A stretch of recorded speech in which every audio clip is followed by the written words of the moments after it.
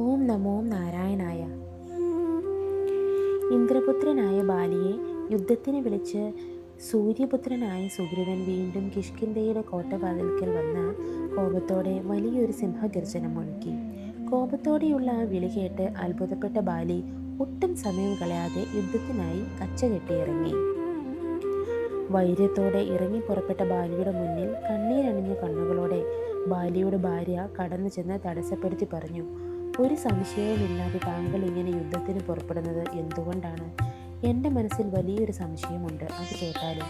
മുൻപ് യുദ്ധത്തിൽ തോറ്റോടിയ സുഗ്രീവൻ ഇപ്പോൾ ഇത്ര വേഗത്തിൽ ധൈര്യത്തോടെ മടങ്ങി വരാൻ കാരണം വളരെ പരാക്രമശാലിയായ ഒരു മിത്രം അവന് പിന്തുണയായി ഉറപ്പായുമുണ്ട് എന്നതാണ്. ബാലി താരയോട് മറുപടി പറഞ്ഞു: മനോഹരി, വെറുതെ മനസ്സ് വിഷമിപ്പിച്ച് ഒരു സംശയവും ഉണ്ടാക്കേണ്ട. എന്നെ തടഞ്ഞു നിർത്താതെ കൈവിടൂ. പ്രിയപ്പെട്ടവളെ, നീ ഒരു കാര്യം മനസ്സിലാക്കണം. സുഗ്രീവന് ബന്ധുവായി ആരാണുള്ളത് എന്ന് ഓർത്തു നോക്കൂ. എന്നോട് ശത്രുത പുലർത്താൻ ആർക്കും യാതൊരു കാരണവുമില്ല. ഇനി സുഗ്രീവന്റെ ബന്ധുവായി വന്നാലും എന്നെ കൊല്ലാൻ അവന് കഴിയില്ല എന്ന് മനസ്സിലാക്കുക. അതുമാത്രമല്ല, ശത്രുവായവൻ വീടിൻ്റെ വാതിൽക്കൽ വന്ന യുദ്ധത്തിന് വിളിക്കുമ്പോൾ ഒരു വീരനായ പുരുഷനെ പേടിച്ച് വീടിനുള്ളിൽ ഒളിഞ്ഞിരിക്കാൻ സാധിക്കുമോ? നീ ഒന്ന് ആലോചിച്ച് നോക്കൂ, അല്ലയോ വല്ലഭേ? ശത്രുവിനെ വേഗത്തിൽ വധിച്ച് ഞാൻ തിരികെ വരാം. നീ ധൈര്യമായിരിക്കും. ബാലിയുടെ വാക്കുകൾ കേട്ട് താര വീണ്ടും പറഞ്ഞു: വീരശ്രേഷ്ഠ, എങ്കിൽ ഞാൻ പറയുന്നത് കേട്ടാലും. നമ്മുടെ മകനായ അംഗദൻ കാട്ടിൽ നായാട്ടിനായി പോയിരുന്നു. അവൻ കേട്ട ഒരു അത്ഭുതകരമായ വർത്തമാനം എന്നോട് വന്ന് പറഞ്ഞു. അത് കേട്ട ശേഷം അങ്ങേക്ക് ഉചിതമായത് എന്താണോ അതുപോലെ ചെയ്താലും. അയോധ്യയുടെ അധിപനായ ശ്രീരാമൻ ദശരഥ മഹാരാജാവിന്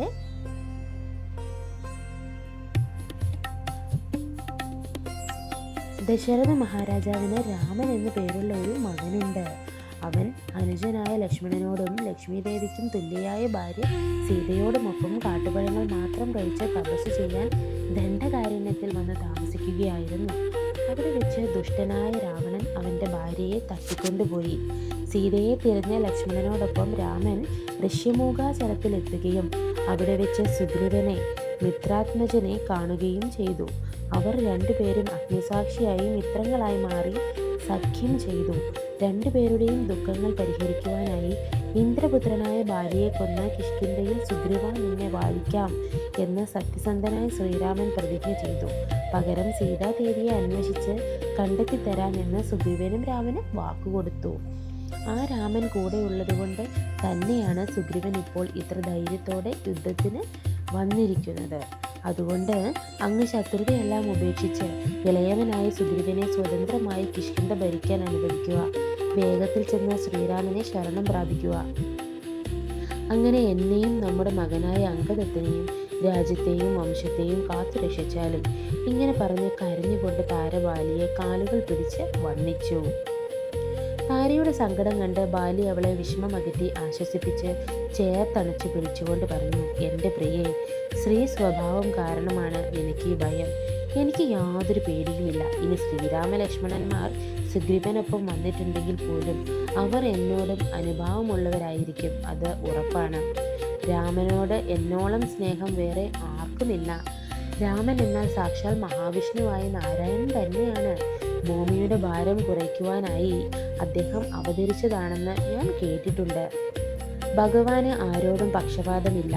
അവിടുന്ന് ഗുണങ്ങൾക്കതീതനും ഏകനുമായ ഈശ്വരനാണ്. ബാലി താരയോട് പറയുന്നു: ഞാൻ ചെന്ന് ഭഗവാൻ ശ്രീരാമൻ്റെ പാതാരബിന്ദങ്ങളിൽ വീണ് നമസ്കരിച്ച് അവിടുത്തെ ആഗ്രഹപ്രകാരം സങ്കോചിതമല്ലാത്ത കൂട്ടിക്കൊണ്ട് ഇങ്ങോട്ട് പോരും. സുഗ്രീവനേക്കാൾ കൂടുതൽ ഉപകാരം എന്നെക്കൊണ്ട് അവിടുത്തെ കാര്യങ്ങൾക്ക് ഉണ്ടാകുമെന്ന് നീ ഓർക്കുക. തന്നെ ഭജിക്കുന്നവരെ ഭഗവാനും ഇങ്ങോട്ട് അനുഗ്രഹിക്കും. ആ പരമാത്മാവിന് ആരോടും യാതൊരു വിവേചനവുമില്ല. പരമേശ്വരൻ ഭക്തിയാൽ മാത്രം വശപ്പെടുന്നവനാണ്. ഹേ വല്ലഭേ, എന്നേക്കാൾ വലിയ ഭക്തി ആർക്കുമില്ല എന്ന് മനസ്സിലാക്കൂ. അതിനാൽ സുന്ദര നയനങ്ങളും പൂർണ്ണ ഗുണങ്ങളും ഉള്ളവളെ, നീ നിന്റെ മനസ്സിലെ സങ്കടങ്ങളെല്ലാം മാറ്റി ആശ്വസിച്ചിരിക്കൂ. ഇപ്രകാരം താരയെ ആശ്വസിപ്പിച്ച ശേഷം ഇന്ദ്രപുത്രനായ ബാലി കോപത്തോടെ വേഗത്തിൽ കച്ചകെട്ടി സുഗ്രീവനെ വധിക്കുവാനായി യുദ്ധത്തിന് പുറപ്പെട്ടു. താരയാവട്ടെ കണ്ണുകളിൽ നിന്ന് കണ്ണുനീരൊഴുക്കിക്കൊണ്ട് മനസ്സിൽ കടുത്ത ദുഃഖത്തോടെ അവിടെ തന്നെ നിന്നു. ബാലി പല്ലുകടിച്ച കോപത്തോടെ യുദ്ധത്തിനിറങ്ങി. ഇനി നിൽക്കാൻ വയ്യ എന്ന് ഉറപ്പിച്ച് സുഗ്രീവൻ ബാലിയെ മുഷ്ടി ചുരുട്ടി ഇടിച്ചു. കോപിഷ്ഠനായ ബാലിയും സുഗ്രീവനും തിരിച്ചടിച്ചു. ഇരു പടയാളികളും പരസ്പരം കൈയും കാലും കെട്ടിപ്പിടിച്ചും കാൽമുട്ടുകൾ കൊണ്ട് അടിച്ചും തല തമ്മിൽ ഇടിച്ചും കെട്ടിപ്പിടിച്ചും കടിച്ചും പോരാടി നിലത്തു വീണും ഉരുണ്ടും വലിയ കോപത്തോടെ നഖങ്ങൾ കൊണ്ട് മാന്തിയും ചാടി വീണും ഒപ്പത്തിനൊപ്പം കുതിച്ചും മുന്നോട്ടടുത്തും അടിയുണ്ടാക്കി യുദ്ധത്തിൽ ഓടിമാറിയും ക്ഷീണിച്ച് വിയർത്തും വീണ്ടും വെല്ലുവിളിച്ചും വിളിച്ചും കോപത്തോടെ അടുത്തു പോരാട്ടം തുടർന്നു. അവരുടെ ആ മുഷ്ടിയുദ്ധത്തിൻ്റെ ഭാവങ്ങൾ കണ്ടു നിന്നവരുടെ കണ്ണുകൾ കുളിർക്കുകയും അവർ അതിനെ പ്രശംസിക്കുകയും ചെയ്തു. യമനും യമൻ്റെ കാലനായി ശിവനും തമ്മിലുള്ള യുദ്ധത്തോടെ രണ്ട് മഹാസമുദ്രങ്ങൾ തമ്മിൽ മുട്ടുമ്പോഴുള്ള പോരാട്ടത്തോടെ രണ്ട് പർവ്വതങ്ങൾ തമ്മിൽ കൂട്ടിയിടിക്കുന്നതിനോടോ മാത്രമേ ബാലി സുഗ്രീവ യുദ്ധത്തെ ഉപമിക്കുവാൻ സാധിക്കൂ. കണ്ടു നിന്നവർ ആർത്തു വിളിച്ചവരെ പ്രശംസിച്ചു. രണ്ടുപേർക്കും തളർച്ചയുടെ യാതൊരു ലക്ഷണവും തെല്ലും കണ്ടതുമില്ല. അച്ഛനായ ഇന്ദ്രൻ കൊടുത്ത മാല ബാലിയുടെ കഴുത്തിലും വിഷ്ണു നൽകിയ മാല സുഗ്രീവന്റെ കഴുത്തിലും ഉണ്ടായിരുന്നു. രണ്ടുപേർ തമ്മിൽ രൂപത്തിൽ യാതൊരു വ്യത്യാസവും ഉണ്ടായിരുന്നില്ല. എങ്കിലും സുഗ്രീവന്റെ ശരീരത്തിന് പരിക്കുകൾ പറ്റിയിരുന്നു. ജ്യേഷ്ഠനായ ബാലിയുടെ കഠിനമായ മുഷ്ടിപ്രഹരങ്ങളേറ്റ് കടുത്ത ഭയത്തോടും സങ്കടത്തോടും കൂടി സുഗ്രീവൻ ശ്രീരാമനെ നോക്കി. സുഗ്രീവന്റെ ആ വലിയ തളർച്ച കണ്ട് കരുണ തോന്നിയ ദശരഥപുത്രനായ ശ്രീരാമൻ ഒട്ടും വൈകാതെ മരക്കൂട്ടങ്ങൾക്കിടയിൽ മറഞ്ഞു നിന്ന് ബാലിയുടെ നെഞ്ചിൽ ലക്ഷ്യമാക്കി മഹേന്ദ്രാസ്ത്രം വില്ലിൽ തൊടുത്ത് വേഗത്തിൽ വിട്ടു. ആ അസ്ത്രം ചെന്ന് ബാലിയുടെ നെഞ്ചിൽ തെറിച്ച മാത്രയിൽ ബാലി വലിയൊരു നിലവിളിയോടെ നിലത്തു വീണു. ബാലി വീണപ്പോൾ ഭൂമി ഒന്നാകെ വിറച്ചു. ഹനുമാൻ ശ്രീരാമനെ കൈകൂപ്പി സ്തുതിച്ചു. കുറച്ചു സമയം ബോധരഹിതനായി കിടന്ന ബാലി ബോധം തെളിഞ്ഞപ്പോൾ തൻ്റെ മുന്നിൽ നിൽക്കുന്ന ശ്രീരാമനെ കണ്ടു. വലതു കൈയിൽ അസ്ത്രവും ഇടതു കൈയിൽ വില്ലുമേന്തി മരവുരി ധരിച്ച് അമ്പുപൊതിയും മനോഹരമായ പുഞ്ചിരി തൂകുന്ന മുഖവും ജടാമുടി കിരീടവും നെഞ്ചിൽ വനമാലയും നീളമുള്ള മനോഹരമായ കൈകളും കരിവള പുല്ലിൻ്റെ പച്ചനിറമുള്ള ശരീരകാന്തിയുമുള്ള രാമനെയും ഇരുവശത്തുമായി ശുശ്രൂഷിച്ചു നിൽക്കുന്ന ലക്ഷ്മണനെയും സുഗ്രീവനെയും ബാലി കണ്ടു. ആ കാഴ്ച കണ്ട മനസ്സിൽ കോപവും കഠിനമായ വേദനയും നിറഞ്ഞ ബാലി രാമനെ കുറ്റപ്പെടുത്തി ചോദിക്കുവാൻ തുടങ്ങി. ഞാൻ നിന്നോട് എന്ത് തെറ്റാണ് ചെയ്തത്? എന്തിനാണ് എന്നെ വെറുതെ കൊലപ്പെടുത്തിയത്? മറഞ്ഞു നിന്ന് അമ്പെയ്ത കള്ളന്മാരുടെ ധർമ്മം സ്വീകരിച്ച് ഒരു രാജാവിന് ചേർന്ന ധർമ്മം നീ എന്തിനാണ് ഉപേക്ഷിച്ചത്? ഉയർന്ന രാജവംശത്തിൽ ജനിച്ച് നീ ആലോചിച്ചു നോക്കൂ. വഞ്ചനയിലൂടെ എന്നെ കൊന്നതുകൊണ്ട് നിനക്ക് എന്ത് പ്രശസ്തിയാണ് ലഭിച്ചത്? വീരധർമ്മവും പ്രശസ്തിയും ആഗ്രഹിക്കുന്ന ഏതൊരുവനും നേർക്കുനേർ പൊരുതിയാണ് ജയിക്കേണ്ടത്. സുഗ്രീവന് ചെയ്യാൻ കഴിയുന്നതും എന്നാൽ മറ്റൊരാൾക്കും ചെയ്യാൻ കഴിയാത്തതുമായി എന്താണ് ഉള്ളത്? രാക്ഷസരാജാവായ രാവണൻ നിന്റെ ഭാര്യയെ കട്ടുകൊണ്ടു പോയതിന് നീ സുഗ്രീവനെ ശരണം പ്രാപിച്ച് എന്നെ വധിച്ചു എന്ന് പറയുന്നതിൽ എന്ത് ന്യായമാണുള്ളത്? എൻ്റെ പരാക്രമത്തെക്കുറിച്ച് നീ കേട്ടിട്ടില്ലേ? 3 ലോകത്തിലും എൻ്റെ കൈക്കരുത്ത് ആർക്കാണ് അറിയാത്തത്? ത്രികുട പർവ്വതത്തെയും രാവണനോടും കൂടെ ലങ്കാപുരിയെ മുഴുവനായി അരനാഴിക സമയം കൊണ്ട് ഞാൻ കെട്ടിവരഞ്ഞ് നിന്റെ മുന്നിൽ കൊണ്ടുവന്ന് തൊഴുതു തരുമായിരുന്നു. ഹേ രഘുപതേ, ലോകത്തിലെ വിശുദ്ധരായ മനുഷ്യർ അങ്ങയെ മഹാധർമ്മിഷ്ഠൻ എന്ന് പുകഴ്ത്തുന്നു. പക്ഷേ ഇപ്പോൾ കാട്ടാളനെ പോലെ ഒരു വാനരനെ വഞ്ചനയിലൂടെ കൊന്നതുകൊണ്ട് നിനക്ക് എന്ത് ധർമ്മമാണ് കിട്ടിയത്? എന്ത് മാനമാണ് ലഭിച്ചത്? വാനരന്റെ മാംസമാണെങ്കിൽ കഴിക്കാൻ കൊള്ളാവുന്നതുമല്ലല്ലോ. ഹേ രാജാവേ, നിന്റെ മനസ്സിൽ എന്താണ് തോന്നിയിട്ടുള്ളത്? ബാലി ഇപ്രകാരം പലതും പറഞ്ഞ് കുറ്റപ്പെടുത്തിയപ്പോൾ ശ്രീരാമൻ മറുപടി നൽകി. ധർമ്മം സംരക്ഷിക്കുന്നതിനായി ആയുധവുമേന്തി യാതൊരു മടിയുമില്ലാതെയാണ് ഞാൻ ഭൂമിയിൽ സഞ്ചരിക്കുന്നത്. പാപിയും അധർമ്മിയുമായ നിന്റെ പാപങ്ങൾ തീർത്ത് ധർമ്മം സ്ഥാപിക്കാനാണ് ഞാൻ നിന്നെ വധിച്ചത്. കാമമോഹത്താൽ കണ്ണു മഞ്ഞളിച്ച നീ നിന്റെ തെറ്റുകളെക്കുറിച്ചൊന്നും അറിയുന്നില്ലല്ലോ. മകൾ, സഹോദരി, അനിയൻ്റെ ഭാര്യ, മകൻ്റെ ഭാര്യ, അമ്മ എന്നിവർ തമ്മിൽ വ്യത്യാസമില്ലെന്നാണ് വേദങ്ങൾ പറയുന്നത്. ഇതിൽ അനിയൻ്റെ ഭാര്യയെ കാമമോഹത്തോടെ സ്വന്തമാക്കുന്നവൻ പാപികളിൽ വെച്ച് ഏറ്റവും വലിയ മഹാപാപിയാണ്. അങ്ങനെയുള്ളവർക്ക് വലിയ ദുഃഖം വന്നെത്തും. അതിനാൽ ധർമ്മമര്യാദകൾ ലംഘിച്ച് ജീവിക്കുന്നവരെ വീരന്മാരായ രാജാക്കന്മാർ വധിച്ച് ഈ ഭൂമിയിൽ ധർമ്മം നിലനിർത്തും. പരിശുദ്ധമായ മനസ്സോടെ നീ ചിന്തിച്ചു നോക്കൂ. ലോകത്തെ നന്മയിലേക്ക് നയിക്കുവാനും വിശുദ്ധീകരിക്കാനുമായി ഭരണാധികളായ രാജാക്കന്മാർ എവിടെയും സഞ്ചരിക്കുന്നുണ്ട്. പാപികളായവർ അവരോട് വെറുതെ തർക്കിക്കാൻ നിൽക്കരുത്. അത് അവരുടെ പാപഭാരം കൂട്ടുക മാത്രമേ ചെയ്യുള്ളൂ. ശ്രീരാമൻ പറഞ്ഞ കാര്യങ്ങളെല്ലാം കേട്ടപ്പോൾ വാനര രാജാവായ ബാലിയുടെ മനസ്സിലെ അജ്ഞാനമെല്ലാം മാറി ശുദ്ധിയുണ്ടായി. മുന്നിൽ നിൽക്കുന്ന സാക്ഷാൽ നാരായണനായ ഭഗവാൻ തന്നെയാണ് എന്ന് മനസ്സിലാക്കിയതോടെ അവൻ്റെ അജ്ഞാനവും കോപവും അകന്നു. ശ്രീരാമനെ വന്ദിച്ചുകൊണ്ട് ബാലി പറഞ്ഞു, എൻ്റെ മഹാഭാഗ്യവാനായ ശ്രീരാമ രാഘവ, എൻ്റെ തെറ്റുകൾ അങ്ങ് ക്ഷമിക്കണമേ. അവിടുന്ന് സാക്ഷാൽ നാരായണൻ തന്നെയാണെന്ന് ഞാൻ ഉറപ്പായി തിരിച്ചറിയുന്നു.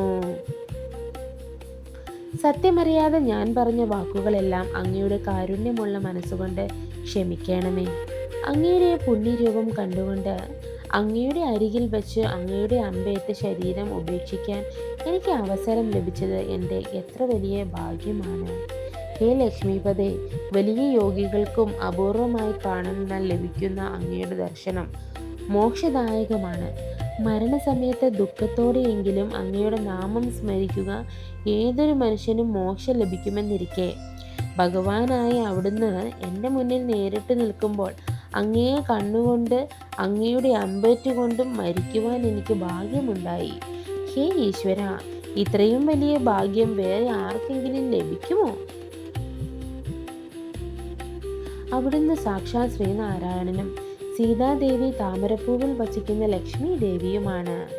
ദുഷ്ടനായ രാവണനെ, അതായത് പന്തികണ്ഠൻ വധിക്കുന്നതിനായി ബ്രഹ്മാവിൻ്റെ പ്രാർത്ഥന കേട്ടാണ് അവിടുന്ന് ദശരഥൻ്റെ പുത്രനായി അവതരിച്ചത് എന്ന് താമരക്കണ്ണനായ ഭഗവാനെ ഞാൻ മനസ്സിലാക്കുന്നു. ഇനി അങ്ങയുടെ ലോകത്തേക്ക് യാത്രയാകുന്ന എന്നെ അവിടുന്ന് അനുഗ്രഹിക്കണമേ. കൂടാതെ എന്നെപ്പോലെ തന്നെ പ്രാപ്തനും ബലവാനുമായ എൻ്റെ മകൻ അംഗദനോട് അങ്ങേക്ക് എപ്പോഴും കരുണയും കനിവും ഉണ്ടായിരിക്കണമേ. ബാലി ശ്രീരാമനോട് പറയുന്നു, എൻ്റെ മകനായ അംഗദനെ സുഗ്രീവനോടൊപ്പം സമമായി കണ്ട് കാത്തു രക്ഷിക്കണമേ. അവിടുന്ന് അടിയൻ്റെ ശരീരത്തിൽ തറച്ചിരിക്കുന്ന ഈ അസ്ത്രം പറിച്ചെടുത്ത് തൃക്കൈ കൊണ്ട് സ്നേഹത്തോടെ എന്നെ ഒന്നുമില്ല തലോടുകയും വേണം. ബാലിയുടെ വാക്കുകൾ കേട്ട് രാമൻ അവൻ്റെ ശരീരത്തിൽ നിന്ന് അസ്ത്രം ഊരിയെടുത്ത് അൻപോട് മെല്ലെ തലോടി. മനുഷ്യവീരനായ ശ്രീരാമൻ്റെ താമര സദൃശ്യമായ ദിവ്യമുഖം കണ്ടുകൊണ്ട് ബാലി വാനര ശരീരം ഉപേക്ഷിച്ചു. മഹായോഗികൾക്ക് പോലും എത്തിച്ചേരാൻ പ്രയാസമുള്ള പരമപദമായ ഭഗവാന്റെ ലോകത്തിലേക്ക് ബാലി ഗമിച്ചു. അങ്ങനെ സാക്ഷാൽ പരമാത്മാവായ ശ്രീരാമൻ്റെ പാതാരവിന്ദങ്ങളിൽ ബാലി ലയിച്ചു ചേർന്നു. ബാലി മരിച്ചതോടെ പേടിച്ചിരണ്ട വാനരന്മാർ വേഗത്തിൽ കിഷ്കിന്ധ നഗരത്തിൻ്റെ വാതിൽക്കൽ ഓടിയെത്തി.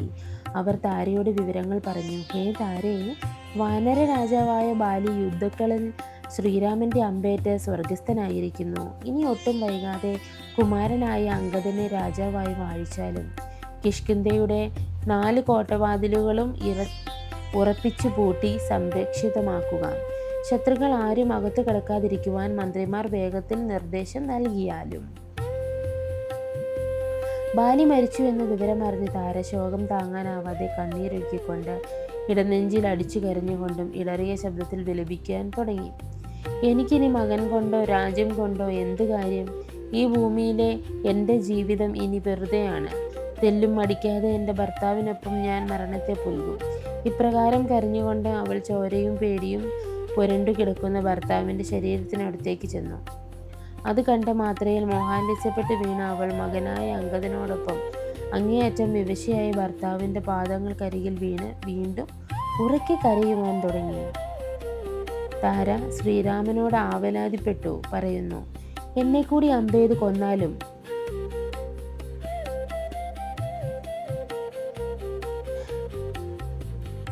പ്രാണനാഥനെ പിരിഞ്ഞു ജീവിക്കുവാൻ എനിക്ക് സാധ്യമല്ല. എന്നെയും എൻ്റെ ഭർത്താവിനോടൊപ്പം അയക്കുകയാണെങ്കിൽ നിനക്ക് കന്യാദാനം ചെയ്ത മഹാപുണ്യം ലഭിക്കും. ഹേ രഘുപതേ, ഉത്തമയായ അങ്ങേക്ക് ഭാര്യയെ പിരിയുന്നതിൽ ഫലം ദുഃഖം അനുഭവിച്ചിട്ടുള്ളതാണല്ലോ.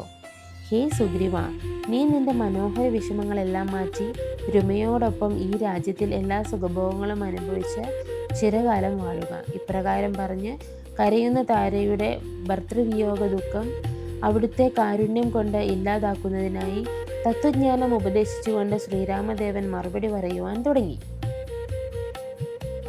ശ്രീരാമൻ അരുളി ചെയ്തു: മനോഹരി, നിന്റെ ഈ വ്യർത്ഥമായ സങ്കടം എന്തിനാണ്?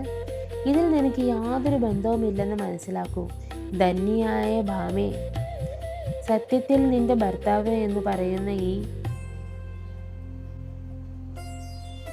ശരീരത്തെയാണോ അതോ ജീവനെയാണോ? ചിന്തിച്ചു നോക്കൂ. മാംസം, അസ്ഥി, രക്തം തുടങ്ങിയവയാൽ ഉണ്ടാക്കപ്പെട്ട പഞ്ചഭൂതാത്മകരായ ശരീരം കേവലം ജഡമാണ്. ചലനമറ്റ തടികഷ്ണങ്ങൾക്കും തുല്യമാണ് അത്. എന്നാൽ ആത്മാവാകുന്ന ജീവനാവട്ടെ യാതൊരു വികാരങ്ങളുമില്ലാതെ അവിനാശിയാണ്. ആത്മാവിന് ജനനമോ മരണമോ നിലനിൽപ്പോ സഞ്ചാരമോ ഇല്ല. ദുഃഖഭാരങ്ങൾ ഒന്നും തന്നെ ആത്മാവിനെ ബാധിക്കില്ല. അതിന് സ്ത്രീ എന്നോ പുരുഷനെന്നോ നപുംസകമെന്നോ ഉള്ള ഭേദങ്ങളില്ല. ചൂടും തണുപ്പും അനുഭവപ്പെടുകയുമില്ല.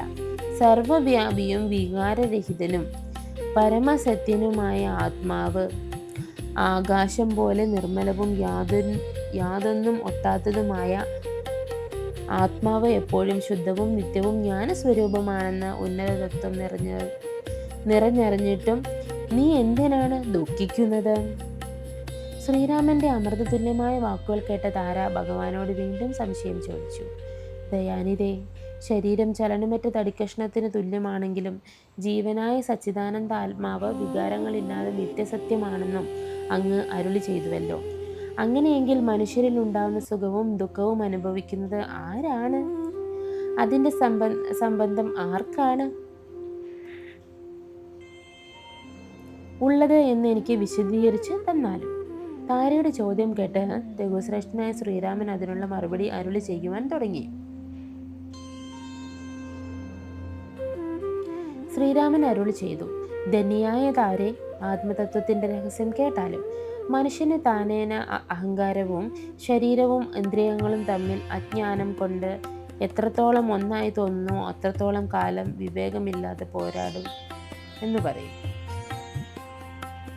വിവേകമില്ലായ്മ കാരണം ആത്മാവിനും ജനനമരണങ്ങളാകുന്ന പ്രപഞ്ചബന്ധം അനുഭവപ്പെട്ടുകൊണ്ടിരിക്കും. എന്നാൽ ഓർത്തു നോക്കിയാൽ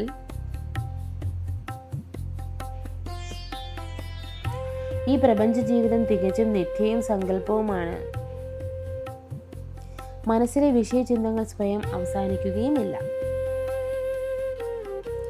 സ്വപ്നത്തിൽ കാണുന്ന കാര്യങ്ങൾ യാഥാർത്ഥ്യമല്ലെങ്കിലും സ്വപ്നം കാണുന്ന സമയം അത് സത്യമായി തോന്നുന്നത് പോലെ അനാദിയായ അജ്ഞാനം കാരണമാണ് ശുദ്ധമായ ആത്മാവിൽ കാമക്രോധങ്ങൾ രാഗദ്വേഷങ്ങൾ നിറഞ്ഞ സംശയങ്ങൾ കടന്നുകൂടുന്നത്. മനസ്സ് തന്നെയാണ് ഇത്തരം സംസ്കാരങ്ങൾക്കും ചിന്തകൾക്കും കാരണം. ഈ മനോവികാരങ്ങളുമായി ആത്മാവ് സ്വയം താദാത്മ്യം പ്രാപിക്കുമ്പോൾ അതിന് പ്രപഞ്ചബന്ധവും ദുഃഖവും ഉണ്ടാവുന്നത്. ചുവന്ന പൂവോ വസ്തുവോ അടുത്ത് വെക്കുമ്പോൾ തികച്ചും ശുദ്ധവും സുതാര്യവുമായ സ്ഫടികക്കല്ലിനും ആ ചുവപ്പ് നിറം ബാധിക്കുന്നതായി തോന്നാറില്ലേ? എന്നാൽ യഥാർത്ഥത്തിൽ സ്ഫടികത്തിന് ആ നിറമില്ല. അതുപോലെയാണ് ബുദ്ധി, ഇന്ദ്രിയങ്ങൾ എന്നിവയുടെ സാമീപ്യം കാരണം ശുദ്ധമായ ആത്മാവിൻ്റെ പ്രപഞ്ചത്തിൻ്റെ ലക്ഷണങ്ങൾ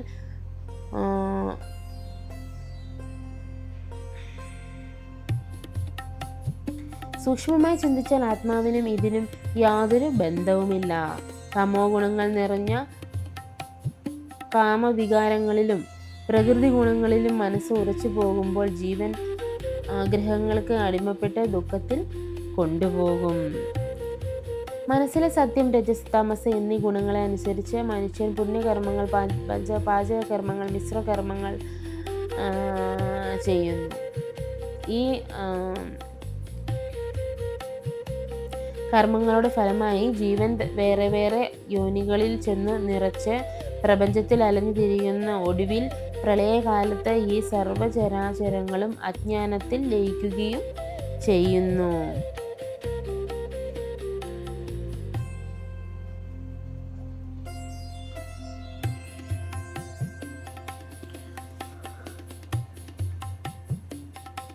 ശ്രീരാമൻ ഉപദേശം തുടരുന്നു. അജ്ഞാനവും പൂർവ്വവാസനകളും കാരണം കിണറ്റിൽ നിന്നും വെള്ളമടിക്കുന്ന ഗജയന്ത്രം കറങ്ങിക്കൊണ്ടിരിക്കുന്നത് പോലെ ജീവൻ ജനനമരണങ്ങളാവുന്ന പ്രപഞ്ചചക്രത്തിൽ കറങ്ങിക്കൊണ്ടിരിക്കും.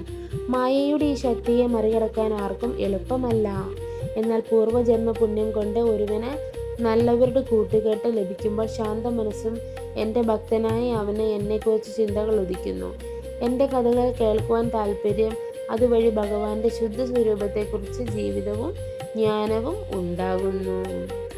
ഉത്തമനായ ഗുരുനാഥന്റെ അനുഗ്രഹം കൊണ്ട് തത്വമസി തുടങ്ങിയ മഹാവാക്യങ്ങളും പരമാർത്ഥം മനസ്സിലാക്കാൻ സാധിക്കുന്നു. ശരീരം, ഇന്ദ്രിയങ്ങൾ, മനസ്സ്, പ്രാണൻ എന്നിവയിൽ നിന്നും വേറിട്ട് നിൽക്കുന്ന ഒന്നാണ് ആത്മാവ്. അത് സച്ചിദാനന്ദ സ്വരൂപവും ഒന്നേയുള്ളതുമായ പരമസത്യമാണ്. നിത്യവും ഉഭയമില്ലാത്തതും ചലനമറ്റതും പ്രകൃതി ഗുണങ്ങൾക്ക് അതീതനുമായാണ് ഇത്. അനുഭവത്തിലൂടെ തിരിച്ചറിയുമ്പോൾ മനുഷ്യർ എപ്പോഴും മുക്തനായി തീരുന്നു. ഞാൻ ഈ പറയുന്ന സർവദാ സത്യമാണ്, കേവലം സത്യമാണ്. ഈ രീതിയിൽ മനസ്സിനെ ചിന്തിച്ചുറപ്പിച്ച് പ്രപഞ്ച ദുഃഖങ്ങൾ ഒന്നും അനുഭവപ്പെടുകയേ ഇല്ല. അതിനാൽ മനോഹരി, ഈ മായ പ്രപഞ്ചത്തെക്കുറിച്ച് ആ ജ്ഞാനവും ഭർത്താവിനോടുള്ള അമിതമായ മോഹവും ഉപേക്ഷിച്ച് നീ നിന്റെ മനസ്സിനെ ശുദ്ധമാക്കുക. കർമ്മബന്ധങ്ങളിൽ നിന്നും മുക്തനായി നിർമ്മലനായി പരബ്രഹ്മത്തിൽ ലയിക്കുകയും മുജ്ജന്മത്തിൽ എന്നോട് നിനക്കുണ്ടായിരുന്ന കഠിനമായ ഭക്തി കാരണമാണ് എൻ്റെ ഈ ദിവ്യരൂപം നിനക്ക് കാണാൻ സാധിച്ചത്. ഇനി നിന്റെ മനസ്സിലെ വിഷമങ്ങളെല്ലാം മാറ്റി വയ്ക്കുക. എൻ്റെ ഈ ദിവ്യരൂപത്തെ ധ്യാനിക്കുകയും ഞാനിപ്പോൾ ഉപദേശിച്ച ഈ വാക്കുകൾ നിത്യവും ചിന്തിക്കുകയും ചെയ്താൽ നിനക്ക് ഉറപ്പായും മോക്ഷം ലഭിക്കും. ഞാൻ പറഞ്ഞതൊന്നും വ്യാജമല്ല, കേവലം സത്യമാണ്. ശ്രീരാമന്റെ അമൃതസമാനമായ ഉപദേശങ്ങൾ കേട്ട താര ആശ്ചര്യത്തോടെ ഭഗവാനെ വീണു വന്ദിച്ചു. അവരുടെ മനസ്സിൽ അജ്ഞാനവും മോഹവും മാറി മനസ്സ് തെളിഞ്ഞു വന്നു. ശരീരത്തോടുള്ള അമിത മമത കാരണം ഉണ്ടായ സങ്കടങ്ങളെല്ലാം ഉപേക്ഷിച്ച് ആത്മാനുഭൂതി ലഭിച്ച് അവർ പൂർണ്ണമായി സംതൃപ്തനായി മാറി. മോക്ഷദായകനായ ശ്രീരാമനുമായി കാൽക്ഷണം മാത്രമുള്ള സത്സംഗം കൊണ്ട് ആത്മജ്ഞാനം നേടി താര ജീവമുക്തയായി മാറി. ഒരു സ്ത്രീയായിരുന്നിട്ട് കൂടി അവൾ ശരീരബന്ധത്തിൽ നിന്നും മുക്തയായി. ശ്രീരാമന്റെ ഈ ഉപദേശങ്ങൾ കേട്ടതോടെ സുഗ്രീവന്റെ മനസ്സിലെ വിഷമങ്ങളും ഭയവും മാറി മനസ്സ് തെളിഞ്ഞു വന്നു. അവനിൽ ഉണ്ടായിരുന്ന ജ്ഞാനമെല്ലാം മാറി അവൻ ആത്മീയ സന്തോഷത്തോടെയും ജ്ഞാനത്തോടെയും കൂടി അങ്ങേയറ്റം ശാന്തനായി തീർന്നു.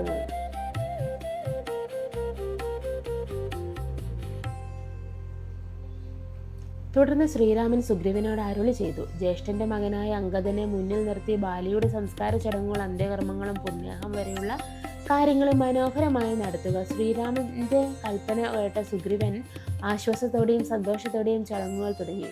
ശാന്തനായും താരയും മകൻ അംഗദനും ബ്രാഹ്മണരും പ്രധാനമന്ത്രിമാരും നാട്ടുവാസികളും ചേർന്ന് ഒരു രാജാവിന് ചേർന്ന വിധം ബേരി, മൃദംഗം തുടങ്ങി വാദ്യഘോഷങ്ങളോടെ ശാസ്ത്രീയമായി അന്ത്യകർമ്മങ്ങൾ പൂർത്തിയാക്കി ചടങ്ങുകൾക്ക് ശേഷം കുളിച്ച് ശുദ്ധിയായി സുഗ്രീവൻ ശ്രീരാമന്റെ സമക്ഷത്തിലേക്ക് മടങ്ങിയെത്തി.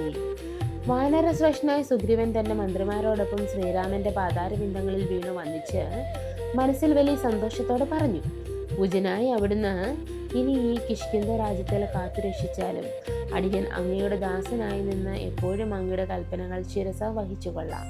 ഈ ദേവദേശ്വര, ലക്ഷ്മണനെ പോലെ അങ്ങയുടെ തൃപ്പാദങ്ങളിൽ എപ്പോഴും ശുശ്രൂഷിച്ചുകൊണ്ട് കഴിയാൻ എന്നെ അനുവദിച്ചാലും. സുഗ്രീവന്റെ ഈ വാക്കുകൾ കേട്ട് പുഞ്ചിരിച്ചുകൊണ്ട് രഘുശ്രേഷ്ഠനായ ശ്രീരാമൻ മറുപടി നൽകി: നീയും ഞാനും ഒന്നാണ്, അതിൽ യാതൊരു സംശയവുമില്ല. നീ സന്തോഷത്തോടെ എൻ്റെ കൽപ്പനയിലനുസരിച്ച് വേഗത്തിൽ കിഷ്കിന്ധയിലേക്ക് മടങ്ങുക. ഈ രാജ്യത്തിൻ്റെ അധിപൻ ഇനി നീ തന്നെയാണ്. പൂജ്യനായ രാജാവായി നീ ചെന്ന് കിഷ്കിന്ധയിൽ രാജ്യാഭിഷേകം നടത്തിയാലും.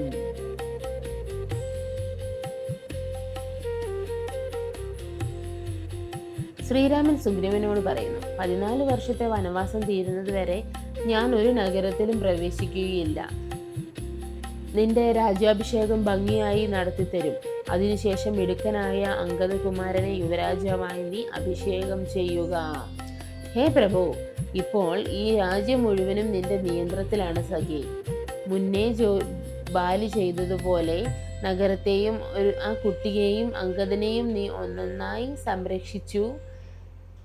മഴക്കാലം തുടങ്ങിയതിനാൽ ഞാൻ ഇന്നു മുതൽ മലമുകളിൽ വസിക്കുകയാണ്, ഈ മഴക്കാലം അവസാനിക്കുന്നത് വരെ.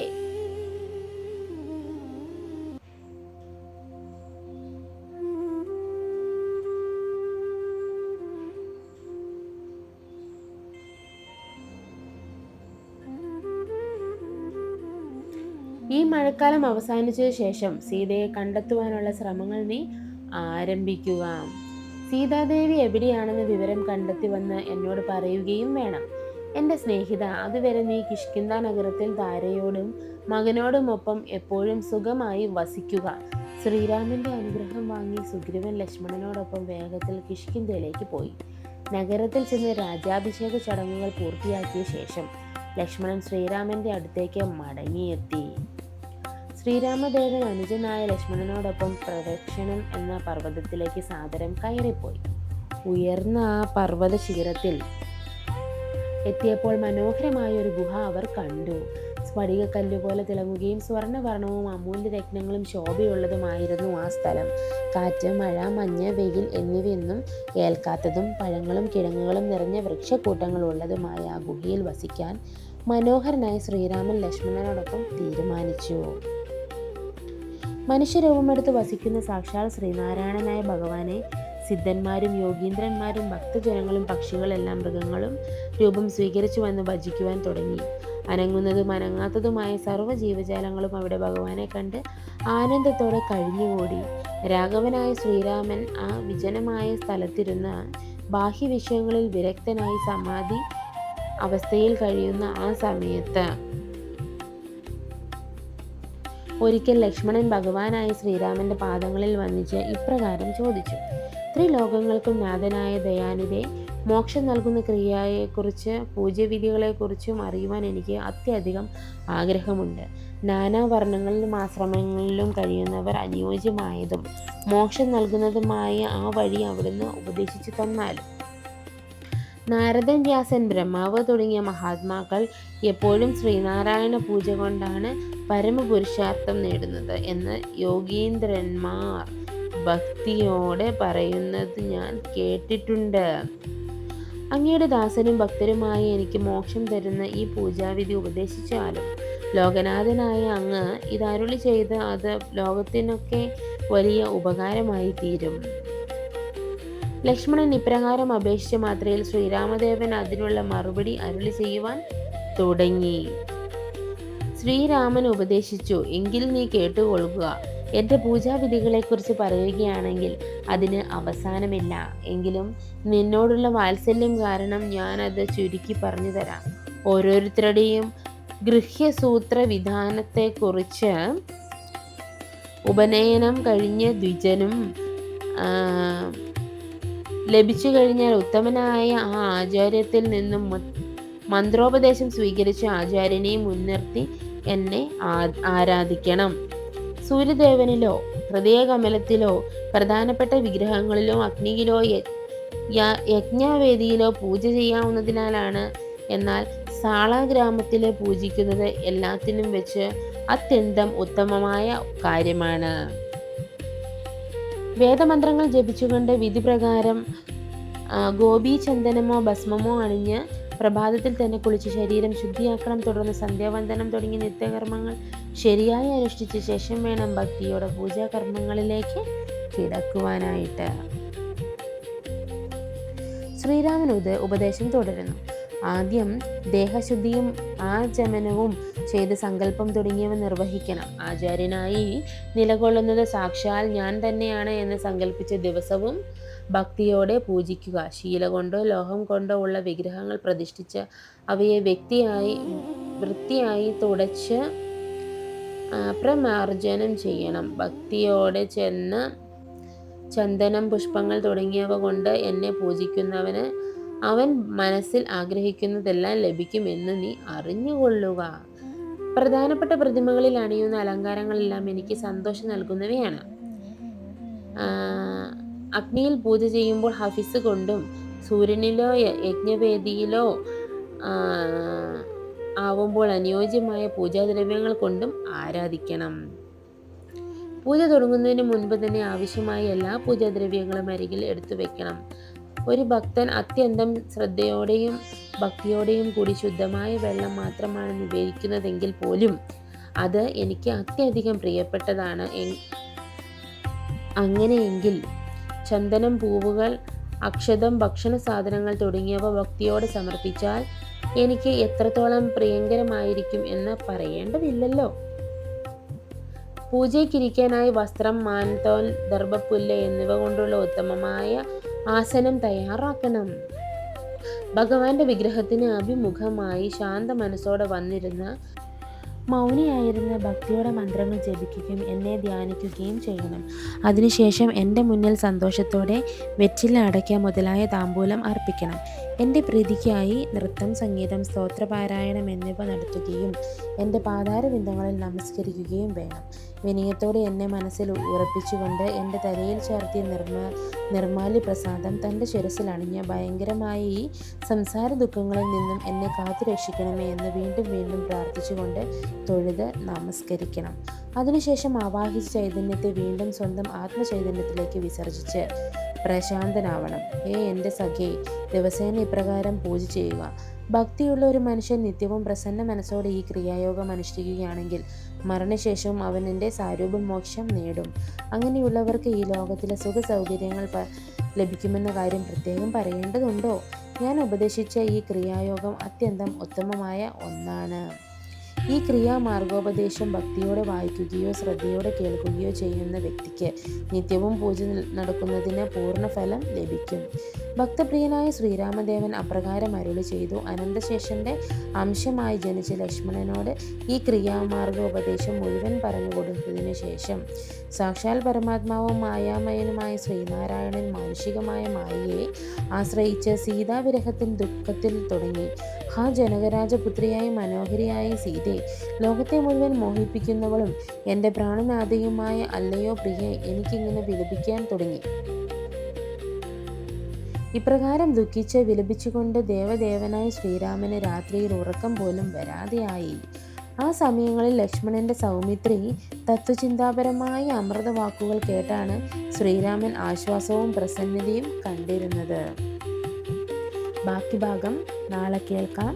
നന്ദി, നമസ്കാരം.